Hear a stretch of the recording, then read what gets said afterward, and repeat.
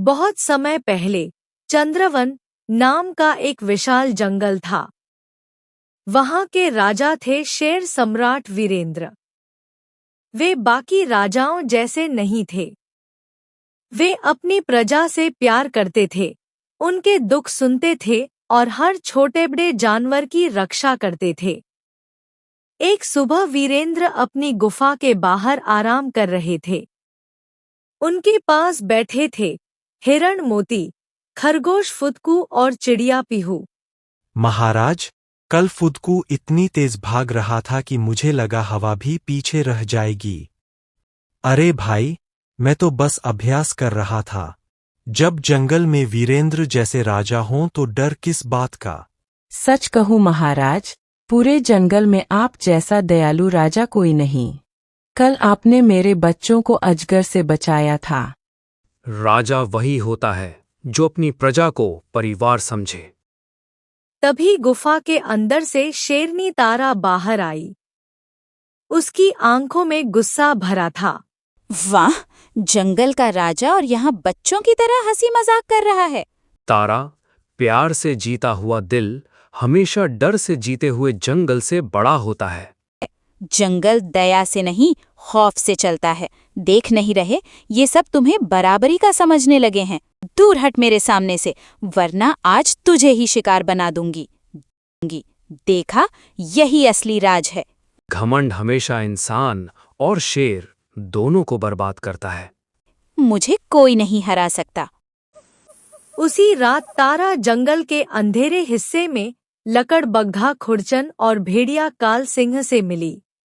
महारानी, आपने बुलाया और हम तुरंत आ गए। इसका शिकार करना है। बार शिकार किसी जानवर का नहीं, राजा वीरेंद्र का होगा। दोनों चौंक गए। क्या? महाराज का? अगर उन्हें पता चल गया तो हम जिंदा नहीं बचेंगे। लड़ना नहीं है, बस उनके खाने में ये जड़ी मिलानी है। धीरे धीरे उनका शरीर कमजोर हो जाएगा। वाह महारानी, फिर तो जंगल आपका होगा। और तुम दोनों मेरे सबसे खास मंत्री बनोगे। अगले कई दिनों तक तारा मीठी बातें करके वीरेंद्र को जहरीला भोजन खिलाती रही। तारा, पता नहीं क्यों शरीर साथ नहीं दे रहा। आप बस आराम कीजिए स्वामी। कुछ दिनों बाद वीरेंद्र की मृत्यु हो गई। पूरा जंगल शोक में डूब गया। लेकिन तारा की आंखों में आंसू नहीं थे, सिर्फ सत्ता का नशा था।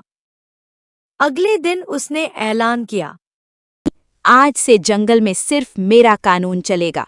जो झुकेगा वो जिएगा, जो विरोध करेगा वो मरेगा। महारानी, इतनी कठोरता क्यों? चुप, आज से हर जानवर टैक्स देगा। धीरे धीरे जंगल नरक बन गया। खुरचन और काल सिंह छोटे जानवरों को सताने लगे। एक दिन हिरनी चांदनी रोते हुए बोली, काल सिंह मेरे बच्चे को उठा ले जाता अगर मैं समय पर ना पहुंचती।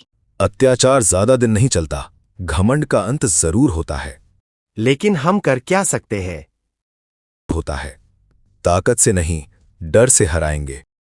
उधर तारा अपनी गुफा के बाहर बैठी मरे हुए हिरणों को देखकर हंस रही थी। महारानी, आज हमने बिना भूख के 3 शिकार किए। बस मजा आ रहा था। यही असली राज है। तभी उसने झाड़ियों में फुदकू और धोलू को छिपा देखा। ओए, वहां कौन है? अब फुदकू कांप गया।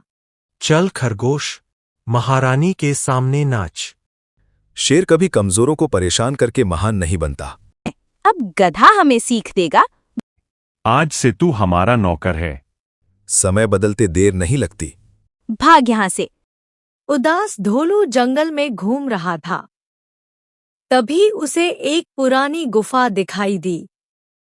अंदर एक पुरानी शेर की खाल पड़ी थी।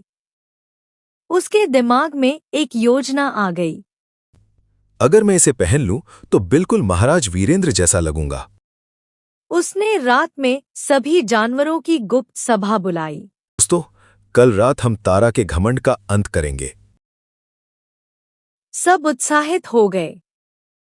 अगली शाम तेज हवाएं चलने लगी। ये मौसम अचानक कैसा हो गया? ये आवाज। धीरे धीरे धुएं के बीच शेर की खाल पहने धोलू बाहर आया। तूने सोचा मैं खत्म हो गया? राजा मर सकता है, लेकिन न्याय नहीं। सभी जानवर अभिनय करने लगे। महाराज वापस आ गए। हमें बचा लीजिए। तूने विश्वास का खून किया तारा। मुझे माफ कर दो स्वामी। खुरचन और काल सिंह डरकर भाग गए। आज से तू रानी नहीं, इस जंगल की सेविका है। अगर किसी छोटे जानवर को सताया तो मैं फिर लौटूंगा।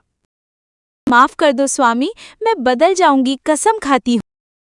अगली सुबह पूरा जंगल बदल चुका था। तारा अब छोटे जानवरों की मदद करती थी। छोटे, ये खाना तुम खा लो।